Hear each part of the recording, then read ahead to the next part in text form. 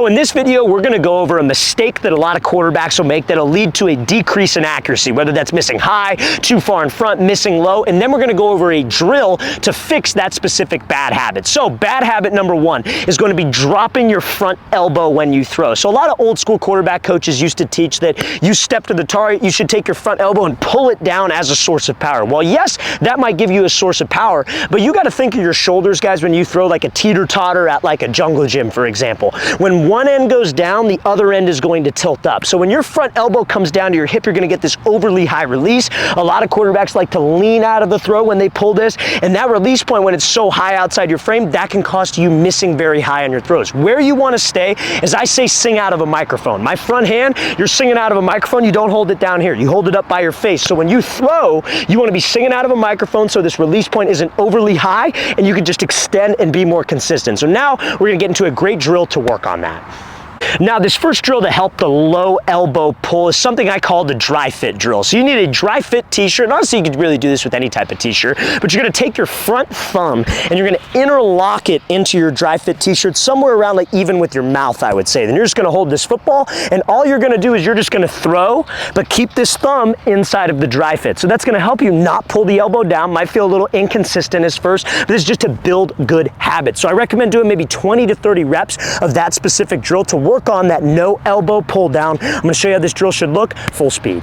Now, the quarterback position, you guys, is more than just throwing the ball, being accurate, arm strength, throwing mechanics. You also need to have the mental side of the game locked in. So if you wanna learn how you can read defenses as a quarterback, check out that very first link in the description below. You can get access to over 500 different videos, all categorized on how quarterbacks can read defense. We talk about the weaknesses, how to identify it pre-snap. Guys, it's like the Netflix for quarterbacks. So guys, if you want some more information on that, check out that very first link in the description below. Let's get back to this video.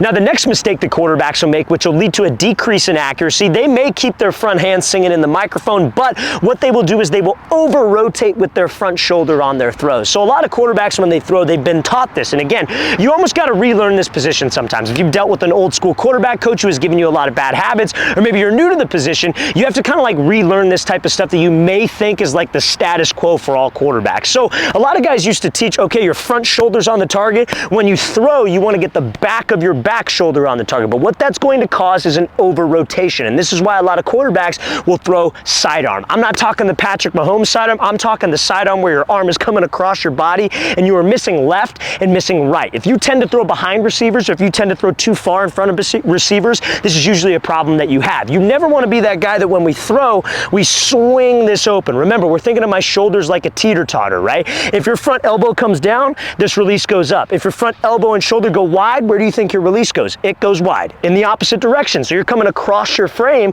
and that's why I'm cutting left, missing right if I'm releasing it early. So we're gonna go over a great drill to help you keep your shoulders parallel to the target. I wanna sing out of the microphone, but when I throw, I want my hips and my shoulders. You should be able to draw a square with your torso, because that will help you keep your arm inside your frame. If you have a lower arm slot, that's totally fine. You don't need to be here. You don't wanna be here. This is outside of your frame. This is inside of your frame. And you will be able to keep this inside your frame if your shoulders and hips stay parallel to the target, and we can just snap and extend and be more accurate. Now, this drill I call the throw and reset drill. So this helps you not swing open with your front shoulder, because you physically can't on this drill. So what you're gonna do, get in a normal throwing stance, and all you're gonna do is throw at a target that's maybe 8 to 10 yards away, but as soon as you release the ball, you're going to flip back into your throwing base. Because if you're that guy that likes to over-rotate, it's gonna be very hard and very uncomfortable for you to flip back into your throwing base after you release it. So again, you are going to let go of the ball, and we're gonna show you how this should look full speed. You're gonna let go of the ball, then as soon as you follow through, you're gonna flip back to your base to work on promoting good front side stability so I can finish more consistently with level shoulders and level hips to my target. Now, the next common mistake that quarterbacks will make, which will lead to the ball missing high or then maybe not having as much power on the ball, is that in their throwing base, they will be in a quad dominant position. Now, you might be thinking, when it comes to accuracy, what do my legs have anything to do with it? And it has a lot to do with it, because quarterbacks are built from the ground up. So a lot of guys, they think, okay, I'm gonna try to get power on the ball, so I'm gonna bend my knees. They don't think they gotta drop their butt, they bend their knees. And when your knees are past your toes as a quarterback, where I generate most of my power and efficiency is from rotating. As a quarterback, I'm a rotational athlete from my hips and from my core. That's what brings my arm through. That's what helps me generate power. But if my knees are past my toes and I strike the ground and I physically can't rotate, guys, your knee and your leg will prevent you from having your front hip open. So a lot of quarterbacks, because their knees are past their toes, they will pop up. And when your butt pops up, your legs skid up, we lose a little bit of power, so that thing might die a little short. Or because you pop up, that might push your release up high. So guys, we want to be in a glute dominant position, not a quad dominant position. So I want to keep my shins straight, you guys. I want to sit my butt down slightly so I could get a full rotation through and still maintain a knee bend and not pop up and down, because we never want to do that as a rotational athlete. So we're going to show you a great drill to work on that specific skill. Now, I call this drill the crossover drill, and it is a very, very simple drill to work on you not having the knees bending forward and having this like 45-degree angle with your shins, being able to keep your shins straight so we could just rotate through and not pop up. So all you're gonna do is take the last 2 steps of a 3-step drop, and you're going to pause slightly onto your back leg. So your target's gonna be about 10 to 12 yards away. All we're gonna do is we're going to start out, first things first, we're gonna start out in a position where your shins are straight, you're in a glute dominant position.